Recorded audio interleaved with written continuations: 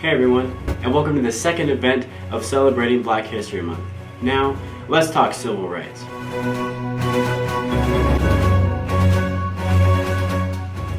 Imagine the time period is 1962, the peak of the civil rights movements. You step out of the classroom just for a moment to get a drink of water. When you see black children as young as third graders putting up civil rights posters near the water fountains, how would you feel after seeing this happen? How would you react?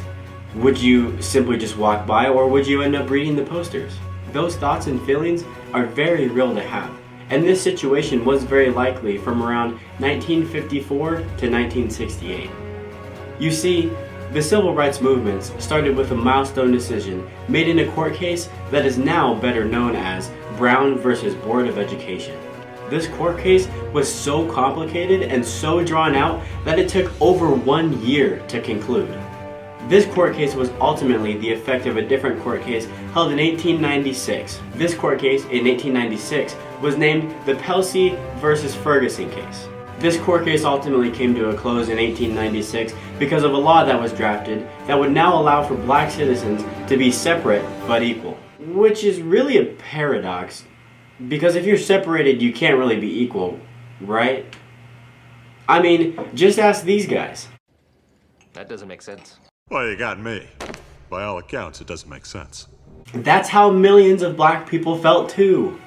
But finally, in 1955, the Brown versus Board of Education case came to a close with the decision to no longer allow for segregation within schools. This decision ultimately ended separate but equal, but quickly brought more problems with it. Even though black students could now be in the same schools as white students, they didn't have the same opportunities. They had to eat lunch at different times, have their recesses in different places, and they couldn't even drink water at the same fountains. This caused many protests and riots to go in and out of schools. Posters advertising the struggles and hopes of African Americans went up everywhere, but came down just as quickly. However, this didn't last forever. And if it did, this... Miss Rattler, can I get a drink of water, please? Yes, you may. Thank you. You're welcome.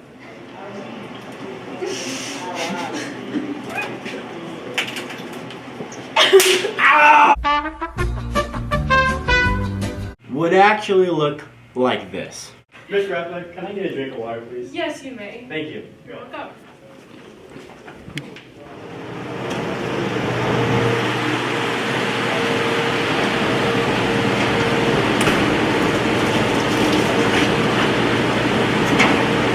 Fortunately, in 1964, Brown versus Board of Education retrialed and eventually concluded with the Congress passing Public Law 88-352. This law is better known as the Civil Rights Act of 1964. And this law prohibits discrimination on the basis of race, color, sex, or national origin. Now, imagine this law never passed Congress. Posters rooting for civil rights movements are still up in schools today. How would this affect you personally? Would you still have the same friend circle? The same values and morals? Would you still attend this school? Pause the video here and discuss these questions further. Did you discuss it? Great.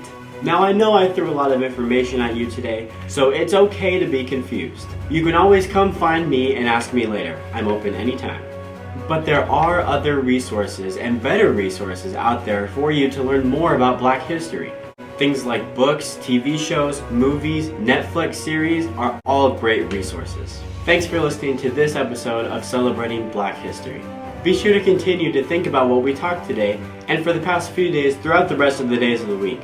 Episode 3 will premiere on Monday the 6th, this coming Monday, and the theme for that is a surviving but thriving culture. Anyways, I'll see you Monday. And as always, have a great day.